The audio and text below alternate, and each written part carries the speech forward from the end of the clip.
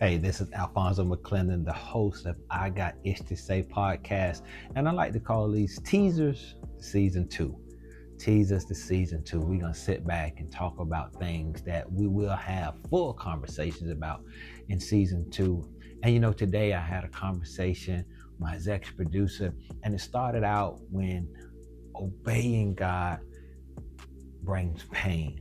And it made me unpack that thing within my own life. Because the Bible says these light afflictions can't be compared to the glory that shall be revealed in us. And a lot of times in life, we talk about, oh, I'm going to another level and, God is doing this. And this happened to be one of the best seasons, if not the best season of my life. But why is it that I'm still experiencing pain?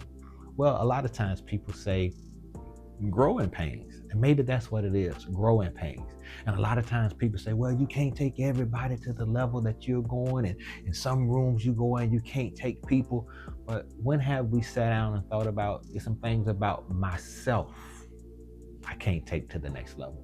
There's some things about me can't go into those rooms. So as you grow, you develop, it's some things about you. And I talk about fallow ground. And that fallow ground is a biblical term, but it's also a construction term. When they build a house or a building, they go in and clear out the lot.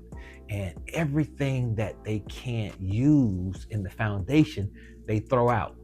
But even when they go in and clear out their lot, it's some things that's already in that foundation that they can build upon. So sometimes God got to come into our own lives and pull out the things in us that's not like Him, the things in us that can stop up the blessings that He want to flow through us to other people. Sometimes we have a bad heart and we can't wait to reach success. So the first thing we can say, I'm going to show them this and I'm going to tell them this and I'm not going to do this. But God's saying those are the very people that He wants us to be a blessing to, the ones that hurt us the most. Look at Joseph's life. His brothers threw him in a pit, and that pit started to hold down for the things that seemed to be detrimental to his life. But in everywhere, God shaped him and God developed him. And then when he was the second in command, he was able to bless the people that threw him in the pit many years ago because his heart was right. And that's what God wanted to do in some of us, get our hearts right, to bless the very ones, because if it wasn't for that experience, he never would have ended up the second in command. So sometimes things that look bad are actually things that's working for our good. And the Bible talks about how all things work together for our good. Jesus praying, God, is there another way? But he had experienced the cross, but from the cross, he got glory. So it's sometimes we go through, before we can get the increase, we have to deal with the crushing. Sometimes that crushing is within our own selves. So many times we look out at people and say, this person is to blame of this, or this person is the fault for that. How is your heart towards others? Are you forgiving? Do you shut people down? Or do you have expectations from people, and when they don't live up to their expectations, you cut them off? But is that an opportunity to minister to people about the love of God? Sometimes people are not aware of what they do, and they need you to minister to them about the love of God. So today, my reflection was, even in one of the best seasons of my life, I'm feeling so much pain. I'm feeling so much loss. But it's inner loss. It's something that I got so accustomed to about myself that I got to separate it from me, because it's holding me back from what God had for my life. So sometimes it's not people. It's the inner you that's your biggest enemy.